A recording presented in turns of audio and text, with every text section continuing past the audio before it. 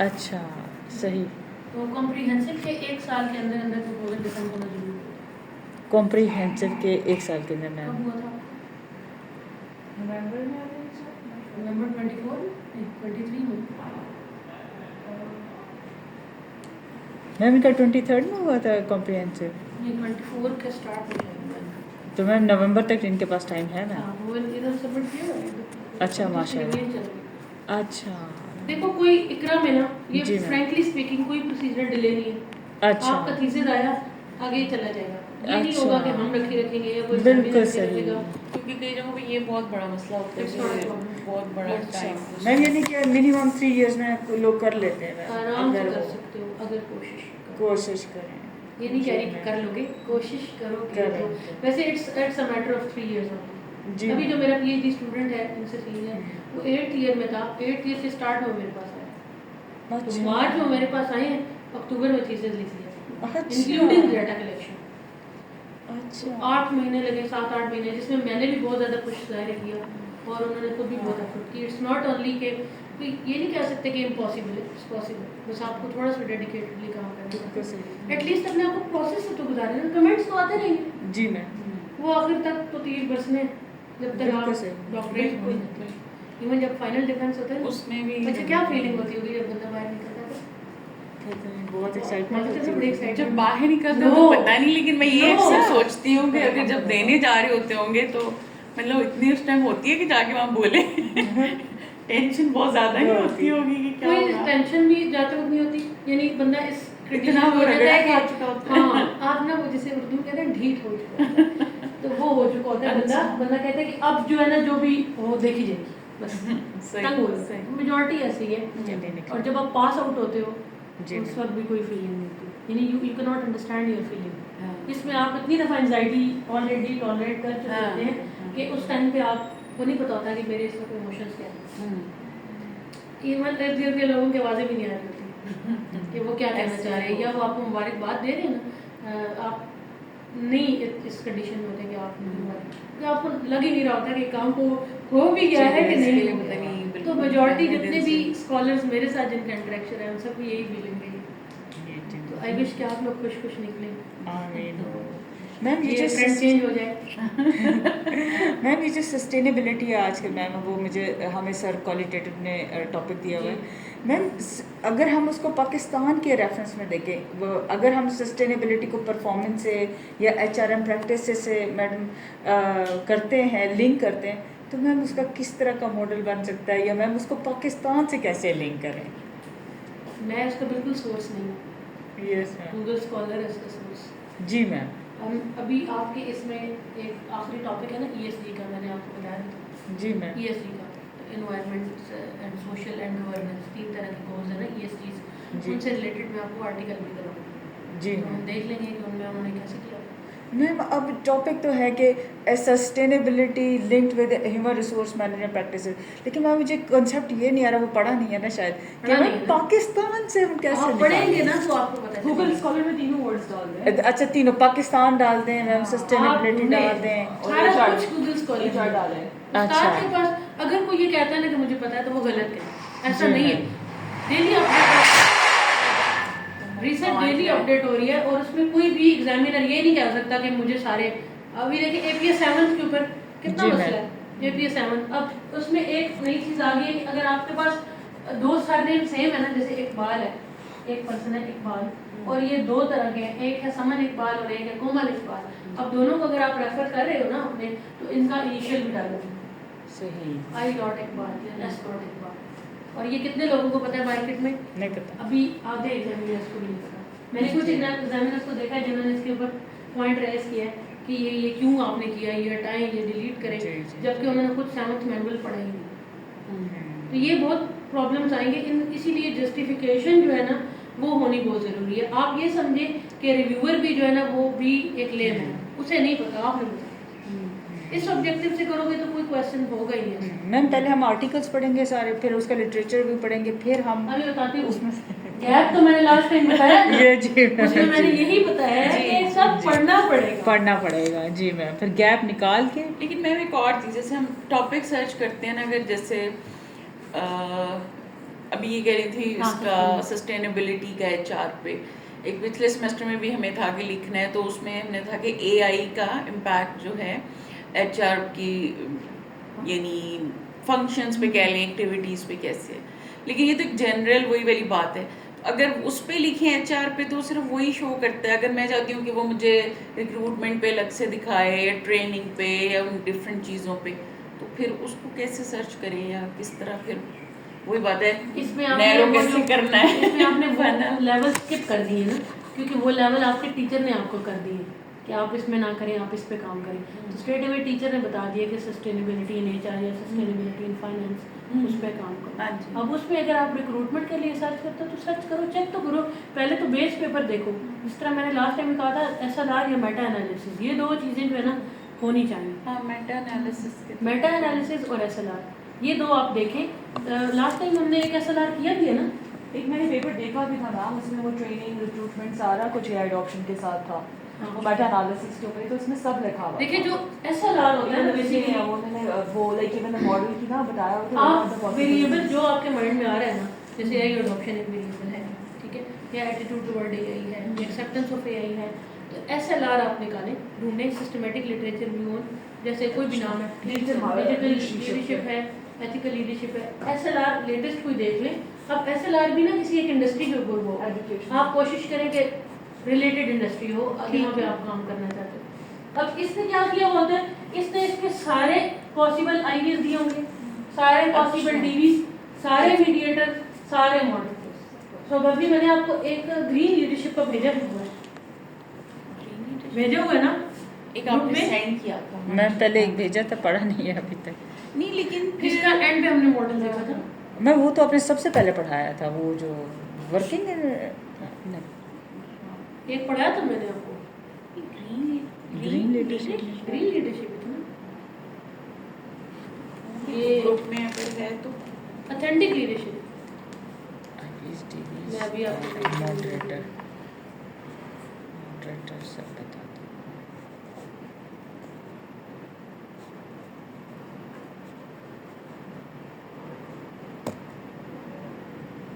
Green leadership पे मैंने आपको भेजा हुआ, चेक करें, एडवांस टॉपिक वाले उसमें देखते हैं।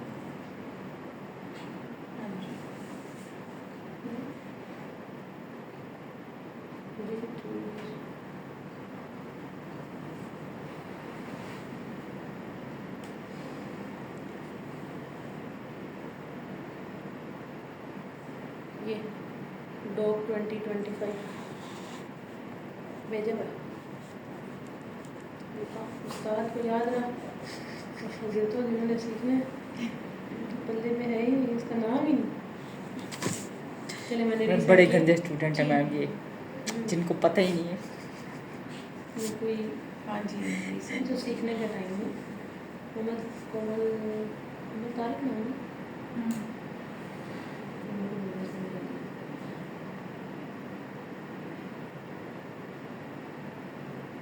आर्टिकल मिला जी मिली। इसमें अब आप चले जाइए, बिल्कुल एंड पे एक मॉडल है, पेज नंबर 400 पे। अब्दुल्ला मैं आपको भेज देती हूँ आपके लिए भी। 402 पे एक मॉडल बना है, काफी सारे पेजेस, 32 पेजेस में कौन सा 401 या 402 401 पे है एक डायग्राम।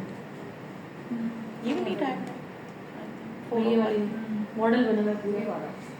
हाँ, ये पूरा मॉडल बना है। किस पेज पे? मेरे पास तो 400 पे है। 400 पे, बस 400 पे होगा।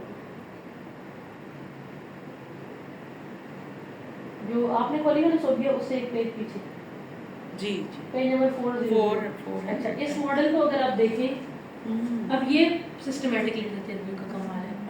बजाय इसके कि आप ढेरों पेपर पढ़ेंगे तब रिलेशनशिप देखेंगे, तो आपको इस एक पेपर में मिल गया है। एंटीसीडेंट क्या है? एंटीसीडेंट देखे लिखा हुआ है ना आपके इतने सारे मॉडरेटर्स, तो एंटीसीडेंट का मतलब है इंडिपेंडेंट, इंडिपेंडेंट, आउटकम का मतलब है डीवी, डिपेंडेंट वेरिएबल। जी जी अच्छा, इसने अब देखे सीक्वेंशियल मीडिएशन दिखाई दिया ना, जी बिल्कुल ठीक। अब ये बेसिकली ग्रीन लीडरशिप स्टाइल का एसएलआर है, और इसके लिए ज़रूरी था कि ये इसके भी एंटीसीडेंट्स बताता। अदरवाइज हमारे मॉडल में तो हम सिर्फ ग्रीन लीडरशिप से स्टार्ट करते हैं ना, मॉडल आगे ले जाते हैं। बिल्कुल। तो ये इसने उसके एंटीसीडेंट्स भी बताए हैं जो कि नॉर्मल नहीं होंगे। जैसे देखें, अच्छा, ग्रीन लीडरशिप। हाँ, सेल्फ रेटेड, इनके अब बिलीफ, वैल्यूज, इस तरह की चीजें जो है ना, ये Environmental values। Green leadership style को इफेक्ट करने वाली है। Leader और ये model बहुत effect फ्यू करने होते हैं, इनके एंटीसीडेंट्स बहुत फ्यू होते हैं। ठीक है, इसमें फिर ग्रीन लीडरशिप आपका वो आ जाएगा, हम जो मॉडल बनाएंगे ना, अगर हम रिसर्च करेंगे तो हम ग्रीन लीडरशिप या लीडरशिप की कोई भी टाइप है ना, उसको इंडिपेंडेंट रखेंगे। ठीक है। इसने तो उसको सीक्वेंशियल मीडिएशन में डाला हुआ है, क्योंकि उसने उसके एंटीसीडेंट्स भी बताने हैं। उसने वो भी ये ज़रूरी था ठीक। इस पूरे वेरिएबल को ऑपरेशनलाइज करने के लिए। देन मैकेनिज्म जो है, देखिए ज़्यादातर दरमियानी चीज़ें होती हैं जिनमें ज़्यादातर साइकोलॉजिकल चीज़ें होती हैं। अगर आप एम्प्लॉय बिहेवियर मॉडल याद करो, जिसमें मैंने आपको बताया हुआ था कि इंटरनल एक्सटर्नल फैक्टर्स होते हैं, इंटरनल एक्सटर्नल फैक्टर्स ये मिलकर साइकोलॉजी पे इम्पैक्ट करते हैं और फिर ये बिहेवियर पे इफेक्ट करते हैं। ये मॉडल होता है। हर रिसर्च के अंदर इस मॉडल की अगर आप रखेंगे ना, इससे क्लोज रहेंगे तो इजी रहेगा। यानी आप किसी भी इंटरनल फैक्टर का इफेक्ट ह्यूमन साइकोलॉजी पे देखेंगे, जैसे उसके एक्सपीरियंस का, उसके नॉलेज का, उसके स्किल का, पर्सनालिटी का, इमोशंस का इफेक्ट साइकोलॉजी में, एंड देन बिहेवियर्स पे। अब यहाँ पे देखें तो इसका डीवी क्या क्या है, और मैकेनिज्म में यही आ गया आपके, जॉब एंगेजमेंट, इंडिविजुअल कैपेबिलिटी। तो बजाय इसके कि बहुत सारे आप पेपर पढ़ें, एक अच्छा सा SLR ढूंढ लें और SLR से ही आपको बहुत आइडिया मिल जाए। जी मैम। अब ये SLR अभी तो हम सिर्फ उसका इमेज देख रहे हैं ना, बिल्कुल। जब आप पूरा पढ़ के लेके जाओगे आपको ग्रीन लीडरशिप का भी पता होगा, ये बाकी जितने नाम हैं सबका पता होगा। एक डिटेल्ड समरी जो है ना आपको, जिसे हम कहते हैं एक स्मॉल मिनी इंसाइक्लोपीडिया होता है किसी भी वेरिएबल का। मैम जब पढ़ लेते मैम उसको फिर वही अडेप्ट करना चाहिए, अडॉप्ट करना चाहिए क्या ये सब कुछ मॉडल को अपने पाकिस्तान में मैम।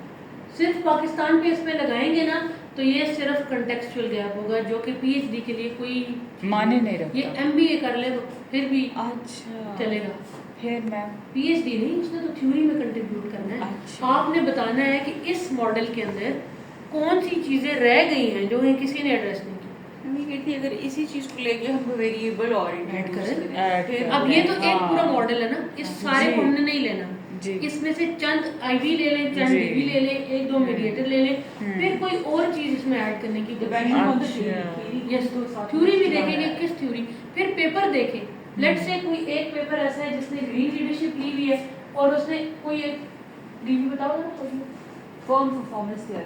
फर्म परफॉर्मेंस लाइन, ऐसा फर्म लेवल वेरिएबल नहीं लेना, ऑर्गेनाइजेशन लेवल वेरिएबल नहीं लेना to be on the safer side, because we can not collect data on that. Financial performance या फर्म परफॉर्मेंस लोगे उसके ऊपर डाटा देती नहीं कोई, हंसना थोड़ी हमने तो निकलना है PhD से। जी। क्या जी फिर मैम फिर क्या हम करें? बाद में प्रोजेक्ट करेंगे ना कोई रिसर्च का, जी मैम। उसमें हम फॉर्म परफॉर्मेंस ले लेंगे। जहाँ गवर्नमेंट का ग्रीन मतलब क्रिएटिविटी इसमें दिया। ग्रीन क्रिएटिविटी ये एंड है, ये ये भी दिया नहीं है। बिहेवियर ले लें। अच्छा, ग्रीन लीडरशिप और ग्रीन क्रिएटिविटी बिहेवियर में। जी मैम, ये इंडिविजुअल लेंस के हिसाब से देखा है। अच्छा, तो ग्रीन क्रिएटिविटी, अब मैं कहती हूँ कि ये इसके ऊपर इफेक्ट कर रहा है ग्रीन क्रिएटिविटी। अब ये दोनों क्या है, वेरिएबल्स हैं, कंस्ट्रक्ट्स हैं। सादिया जरा बताओ, ma'am variable. Green leadership and green creativity क्या है? वेरिएबल्स हैं। Yes ma'am variable. ये वेरिएबल्स हैं। अब थ्योरी किस पे होती है? थ्योरी कंस्ट्रक्ट पे होती है, मैंने बताया। हाँ जी। कंस्ट्रक्ट एक ब्रॉडर टर्म होती है, जैसे लीडरशिप एक कंस्ट्रक्ट है, ग्रीन लीडरशिप एक वेरिएबल। इसी तरह क्रिएटिविटी एक कंस्ट्रक्ट है and green creativity, team creativity, individual creativity, entrepreneurial creativity, ये सारी की सारी क्या होंगी, वेरिएबल्स हो जाएंगे ऑटोमेटिकली। तो हमने थ्योरी ढूंढनी है उन पेपर्स में जिनमें ये दोनों यूज नहीं हुए लेकिन लीडर और क्रिएटिविटी यूज हुआ है। उसने किस थ्योरी से इसको जस्टिफाई किया? सोशल एक्सचेंज थ्योरी से वैसे ज़्यादातर हम उसको जस्टिफाई करते हैं। हमने लास्ट टाइम भी ये जिक्र किया था कि जहाँ कोई थ्योरी नहीं चलती वहाँ सोशल एक्सचेंज थ्योरी तो चलती है। That is based upon cost and benefit analysis. चलें, तो क्वेश्चन आंसर हो गए, आगे करते हैं। एक इंटेंशन पे कभी मॉडल एंड नहीं करना, जी ये याद है आपको? याद रखना है पर वैसे आप ही याद रखें। हम बिहेवियर ही ढूंढ रहे हैं ना आजकल, एडेप्टिव परफॉर्मेंस अगर तो बिहेवियर मिल जाए। मैं कल बैठ के टाइप करूँगी ये सारा कुछ इंशाल्लाह। मुझे कल उम्मीद है कि कल हमारे अंदर ये सेटल हो जाएगा। अच्छा, अभी हमने रिसर्च गैप पढ़ा, एब्स्ट्रैक्ट के बारे में मैंने आपको पढ़ाया था ना, एब्स्ट्रैक्ट के कंपोनेंट्स, ठीक। तो मैंने कहा था एमएलएड के एब्स्ट्रैक्ट वाला। अब हम देखते हैं कि लिटरेचर कैसे लिखा है। इंट्रो में आपको बाद में बताऊंगा, ठीक है? क्यों? क्योंकि मैंने आपको पहले भी ये कोट किया था कि जो रिसर्च रिपोर्ट है ना, ये जो डॉक्यूमेंट है आपका, that is just a report, that is a report, that is not the flow of the work you have done. Otherwise ये कैसे हो गया कि आपने टेबल ऑफ कंटेंट्स पहले डाल लिए? It's just a report, it's summarising the things that you have done. आपने सीक्वेंस क्या फॉलो किया था जब आपने रिसर्च स्टार्ट की थी? From the gap you started with the literature review, again literature review, where a problem area, again literature review, go on the variable, again literature review, then relationships, again literature review, finding, strengthening the model, finding the gap, literature review, future calls, फिर literature review। अभी उन्होंने question किया, मैंने फिर literature की तरफ refer कर दी, because I don't know about that। जी बिल्कुल सही। So more than your good self, no one else is expert in your study। Even supervisor को भी नहीं पता होगा कि आपने क्या पढ़ा है, क्या लिखा है, आप उसमें एक्सपर्ट हैं। अब यहाँ पर जैसे रिसर्च में हम गूगल स्कॉलर से सर्च करते हैं, तो आपको अगर सिंगल वेरिएबल है, जैसे अगर हम ग्रीन लीडरशिप ही देख रहे हैं, तो पहले तो हमने ग्रीन लीडरशिप पे SLR पढ़ लिया। फॉर पेपर जो लिटरेचर रिव्यू होता है, इसकी लिमिट होती है तकरीबन 1800 से 2500 वर्ड्स तक। इतने के अंदर पूरा करना होता है हमें लिटरेचर रिव्यू पेपर के लिए और दिस फॉर पेपर 2000 से कम हो तो ज़रा बेस्ट रहेगा। और थीसिस लिटरेचर जो है ना आपका 50% है।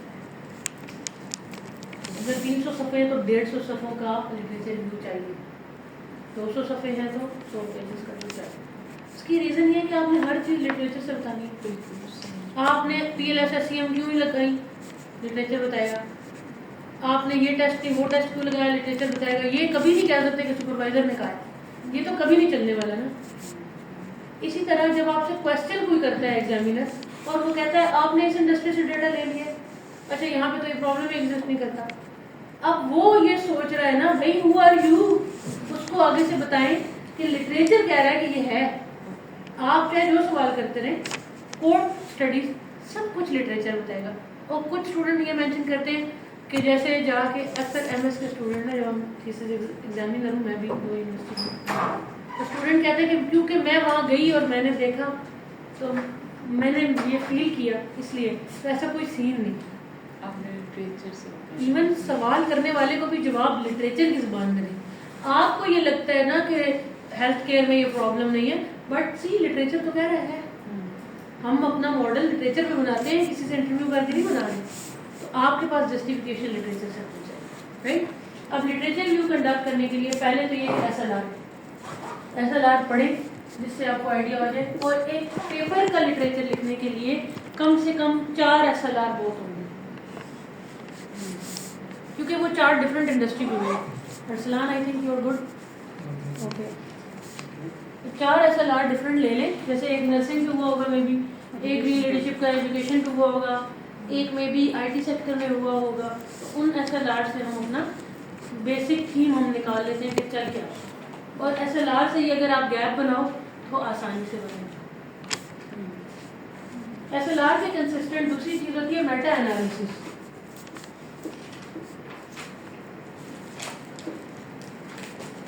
SLR is basically just literature review, ठीक है। ये लिटरेचर देता है और एक मॉडल बना के देता है।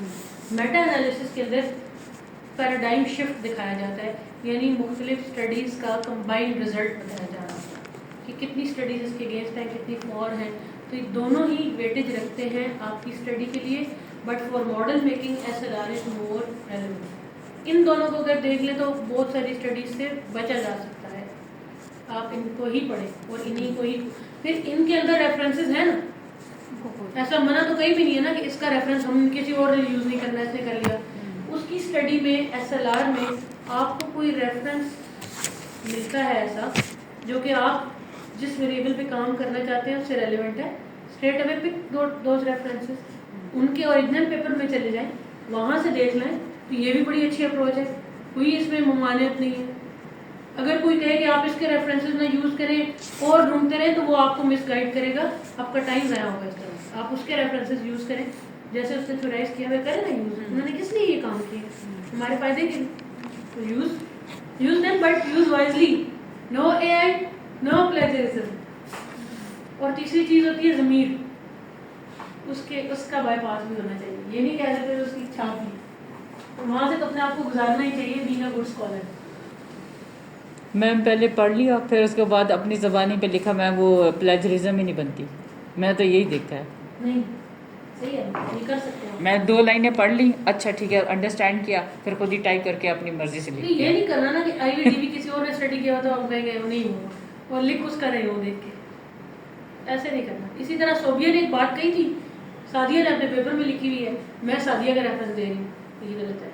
मैंने सोबिया का पेपर पढ़ना, सोबिया का फिर वो रेफरेंस, बिल्कुल तो सही। ये ऑथेंटिक होगा ना। ये जी। कुछ चेक्स बंदा खुद भी लगाता है क्योंकि आप स्कॉलर होते हैं, जी। तो कुछ चेक्स बंदा खुद भी लगाता है। खैर अभी हम देखते हैं कि लिटरेचर इतना कैसे है। एक वेरिएबल कोई ले लेते हैं जैसे ग्रीन लीडरशिप। अब इसको थीसिस के अंदर लिख के कैसे लेके जाना होता है, तो इसकी मैं आपको हेडिंग्स बताऊंगी। इन हेडिंग्स को हमने सेव रखना। ज़्यादातर प्रॉब्लम स्टूडेंट को क्या आता है, एग्जामिनर्स या सुपरवाइजर ये गाइड करते हैं कि जस्ट ये पिछली स्टडीज़ का रिव्यू है, पढ़ो स्टडी, समराइज करके लिख दो। अब बच्चा बेचारा पूरा पेपर छान मारेगा और वो एंड तक सोच रहा होगा कि इसमें से मैंने क्या लिखना है, और फिर वो कुछ ऊट पटांग लिख देगा। या ज़्यादा से ज़्यादा वो क्या करेगा, इस एब्स्ट्रैक्ट को जो है ना रीराइट करके एक कहानी बना के एक पैराग्राफ के शुरू में इसका नाम या आखिर में उसका नाम डाल के पैराग्राफ ख़त्म कर लेगा, और वो कहेगा कि मैंने इसका लिटरेचर कर लिया, जो कि एक बहुत ही कह सकते हैं ऑब्सोलीट काम है। ये उस वक्त किया जा सकता है जब किसी अंडर ग्रेड के बच्चे को सिखाया जा रहा है। For researcher it's not a practical approach. We can not review everything from a single paper. मतलब अब ये पेपर है अगर, तो मैं इसकी सारी चीज़ें नहीं लिखूंगी, मुझे वो लिखना है जो ज़रूरी है। ठीक, तो ग्रीन लीडरशिप, लेट से हम इसका टाइटल देते हैं अपने लिटरेचर में चैप्टर 2 के स्टार्ट में। तो हम ग्रीन लीडरशिप में सबसे पहली चीज़ हम लिखते हैं उसकी सिग्निफिकेंस या इम्पोर्टेंस। आपको मैंने शब्द लिखा है सिग्निफिकेंस और इम्पोर्टेंस। क्यों जरूरी है ग्रीन लीडरशिप को पढ़ना, क्या जरूरत पड़ गई, नादरा में इसका क्या काम, एकरा यूनिवर्सिटी में इसका क्या काम, या इबादत में इसका क्या काम, कुछ काम नहीं है। अगर है तो जस्टिफाई इन फ्यू वर्ड्स। अब जब आप ये पेपर उठाओ, लेट्स से मैंने ये ग्रीन लीडरशिप पे एक पेपर निकाला, ठीक, अब इसने शुरू में लिखा है कि from the past 2 decades green leadership has been, मैं यहाँ से नहीं पढ़ रही, green leadership has been gone through evolution and now on the stage where its applicability in the current era is evident। तो ये इसकी significance की लाइन है। इस लाइन को अब सादिया के तरीके से पढ़कर अपने अल्फाज में लिखें और रेफरेंसेस का देना। यहाँ से पढ़ा, आगे चलते हैं। तो आगे इस पेपर में से अब हमने अभी आगे कुछ नहीं किया, अभी हमने इसको रख दिया। हमने दूसरा पेपर उठाया, उसकी सिग्निफिकेंस उसने क्या लिखी हुई थी, उसने कहा था ग्रीन लीडरशिप आजकल एनर्जी के सेक्टर को इफेक्ट कर रही है, फलां सेक्टर को इफेक्ट कर रही है, फलां सेक्टर को इफेक्ट कर रही है। सिग्निफिकेंस साबित हो गई, उसका रेफरेंस दे, अगली लाइन उसकी लिखो, रेफरेंस उसका। अच्छा, फिर 2 या तीसरे चौथे रेफरेंस के बाद रिपीटिशन विल बी स्टार्टेड। जी, मैंने भी वही कहा हुआ होगा, कोमल ने भी वही कहा होगा और जी। अरसलान भी वही कह रहे होंगे, तो जी। वो बात करके तीनों का रेफरेंस, और जी। उसमें से भी लेटेस्ट डालने की ज़्यादा कोशिश करें ताकि वो नंबर ऑफ वर्ड्स बहुत ज़्यादा हो जाए ना एंड में लेटेस्ट। अच्छा, ये सिग्निफिकेंस और इम्पोर्टेंस, ये जब आप पेपर में करते हो तो सिर्फ 2 लाइनों की, सिर्फ 2 लाइनों, और अगर लिटरेचर में करते हो तो ये सिग्निफिकेंस और इम्पोर्टेंस जो है कम से कम 1.5-2 पेजेस के ऊपर तो होनी चाहिए, 2 पेजेस सही जस्टिफाई करें कि कहाँ कहाँ ये ज़रूरी है, इसको पढ़ना हमें क्या ज़रूरत है, कोई ये थीसिस पढ़ रहा है उसे क्या इंटरेस्ट है ग्रीन लीडरशिप। तो जब आपको कोई बताएगा ना कि ग्रीन लीडरशिप एनर्जी सेक्टर को मुतासर कर रही है, ग्रीन लीडरशिप सस्टेनेबल गोल्स की तरफ लेके जा रही है, क्लाइमेट के डिफरेंट मसले ग्रीन लीडर्स ही हल कर रहे हैं, ऐसे लोग जो pro towards environmental friendly products हैं उनका बड़ा ट्रेंड है, बिजनेस भी उनका बड़ा चल रहा है, तो फिर आप इसकी जस्टिफिकेशन कर लें। Getting the significance and importance के बाद जो नेक्स्ट चीज़ होती है वो होती है डेफिनेशन एंड कंसेप्चुलाइजेशन।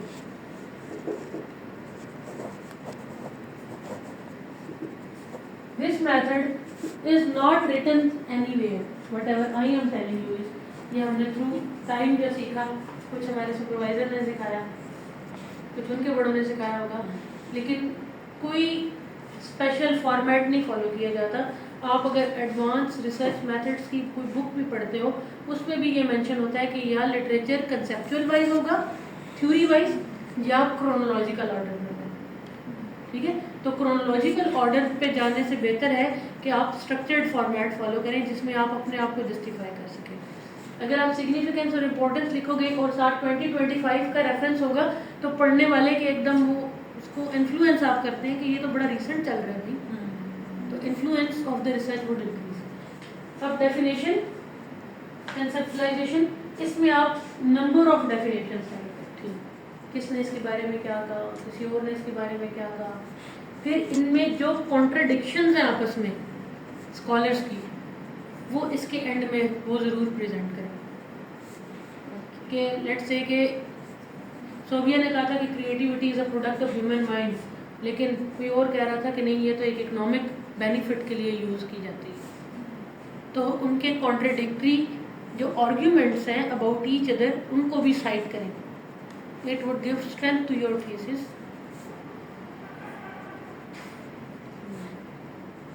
ये इसलिए करा रही हूँ क्योंकि आज क्लास के एंड पे हमने पेपर के ऊपर काम शुरू करना है, तो इसी मेथड से होगा। चल डेफिनेशन कंसेप्चुलाइजेशन, ये डिटेल में आज तक जितनी इसकी, अब यहाँ डेफिनेशन वगैरह में मेक श्योर कि इसके अर्ली थ्योरिस्ट होंगे जिन्होंने अर्ली इसकी डेफिनेशन दी 1980s में, 1950s। ये नहीं कि हमने स्टार्ट, इसमें स्टार्ट की कोई कैद नहीं है कि आप 25 वाले पहले लें, जैसे स्ट्रक्चर आपको अच्छा लगता है ना, रीडर फ्रेंडली, इंटरेस्ट वाला, उस तरह से बना लो। डेफिनेशन के बाद आपने नेक्स्ट जो चीज लिखनी होती है टाइप्स एंड डायमेंशन,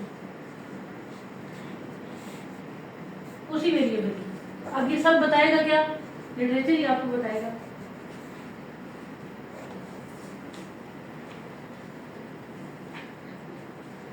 अब देखिए कि लीडरशिप अगर है तो उसकी बहुत सारी टाइप्स हैं, बहुत सारे स्टाइल्स हैं, तो लिखे जा सकते हैं। आप यहाँ पर बहुत सारे लीडरशिप के टाइप्स को एक्सप्रेस करें और फिर एंड पे आए अपने ग्रीन लीडरशिप पर। Why have you ignored so many other styles and just picking one is also shown in significance and importance section as well as at the end of the type section, जहाँ relevant हो उसकी justification देना। अच्छा, types and dimensions. अब types तो इस तरह से होगी जैसे पर्सनैलिटी अगर कर रहे हो तो पर्सनैलिटी की भी टाइप्स होगी, और डायमेंशंस अगर इसके अपने अंदर कुछ एग्जिस्ट करती हैं। अगर मुझे नहीं पता ग्रीन लीडरशिप के ऊपर मुझे कोई अबूर नहीं ना, मैंने पढ़ा है कि इसकी कितनी डायमेंशन है। हाँ, एथिकल लीडरशिप की मुझे पता है कि 7 डायमेंशंस हैं, ऑथेंटिक लीडरशिप की मुझे पता है 5 डायमेंशंस हैं, ट्रांसफॉर्मेशनल की 5 हैं। तो ये हमें पढ़ना होगा कि इसकी कितनी डायमेंशन। फिर हर डायमेंशन का अलग लिटरेचर इसी तरह बीच में लिखा हो कि क्या क्या डायमेंशंस हैं, उनसे क्या मुराद है, किस किस स्टडी ने उसके ऊपर क्या बात की है, डिटेल्ड। क्योंकि देखिए 150 pages is quite a big deal, all things belong to that. अगर लिटरेचर रिग्रेस कर लिया सारे पोर्शंस कवर हो जाते हैं, डिस्कशन इसी के साथ लिखनी है, रिजल्ट्स इसी के साथ मैच करने हैं, इंट्रो में जो गैप बनाना है, इंट्रो में जो सिग्निफिकेंस देनी है, एम ऑफ द स्टडी देना है, सब कुछ इसी लिटरेचर पे तो बेस करते हैं, तब हम इसे पहले करेंगे।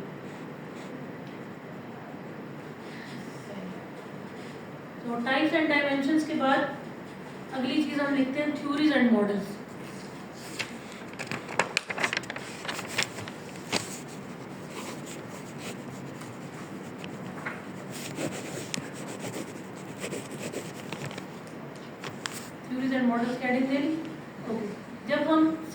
सिग्निफिकेंस और इम्पोर्टेंस इस पेपर से पढ़ रहे थे तो आगे जाते हमें इसमें इसकी डेफिनेशन भी तो मिली है, क्योंकि इसने भी तो सब कुछ लिखा होगा जो हमें चाहिए। तो डेफिनेशन और कंसेप्चुलाइजेशन जो इसने दी है, जस्ट इसकी यहाँ से लें, उधर कॉपी करें और अपने वर्ड्स में इसको लिख लें। ये लिखने के लिए आसानी। आप बेशक बहुत सारे पेपर्स का डाटा यहाँ कॉपी करें, बाद में उसको रीराइट कर लें, सब टू यू। बजाय इसके कि आप पूरा पेपर छाने और आखिर तक आपको कुछ ना मिले, आप इसको रिजल्ट ड्रिवन रखें, लिखते जाए साथ साथ। टाइप और डायमेंशन भी हो सकता है इस पेपर ने दी हो, आगे चलते हो क्या टाइप एंड डायमेंशन की दी है। थ्योरी और मॉडल की कोई बात इसने की है, तो ये तो प्रिंटेड है ना, जो आपके पास होगा कंट्रोल एफ करें, थ्योरी चेक करें, मॉडल थ्योरी और मॉडल की कोई बात इसने की थी, वहाँ से पिक करें, उस मॉडल को पढ़े, यहाँ पे लिखें। आराम से लिखा जाता रहेगा, ये साथ साइटेशन भी चलती रहेंगी और आपके आंखों से बहुत सारे पेपर्स भी गुजरते रहेंगे।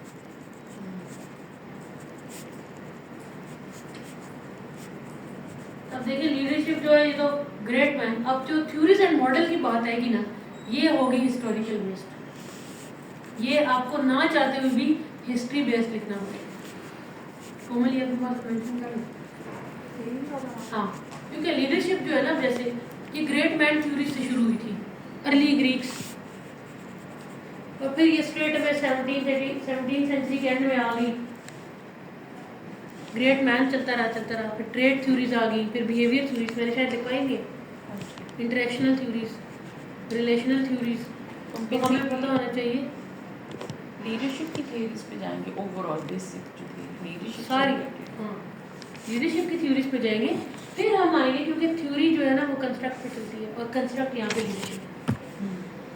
हाँ, अब अगर ग्रीन लीडरशिप की थ्योरी अरसलान ने प्रेजेंट की हुई है और हम सब स्कॉलर्स अरसलान की ग्रीन लीडरशिप थ्योरी को लेके मॉडल बना रहे हैं, तो हम आखिर उस पर आ जाएंगे। पीछे सारी हमने साइड करके लाई हैं। अब ये हम जो वेरिएबल पेश कर रहे हैं, इसकी थ्योरी भी बहुत लेटेस्ट है, हम इसको यूज़ करेंगे। गेटिंग? तो आपने थ्योरीज का एक कंपैरिजन बनाया हुआ हो, कोशिश करें कि किसी टेबल पे बना लें कि ये थ्योरी ज़्यादा एप्लीकेबल है, इसका ज़्यादा रोल है। और ऐसा भी नहीं है कि लेटेस्ट थ्योरी ही लगेगी मॉडल पे, पुरानी थ्योरी भी लग सकती है। क्रिज्मेटिक थ्योरी है ना लीडरशिप, वो भी चलती है, लेकिन अगेन लिटरेचर बताएगा कि वो चल रही है कि नहीं, मेरे कहने से नहीं होगा।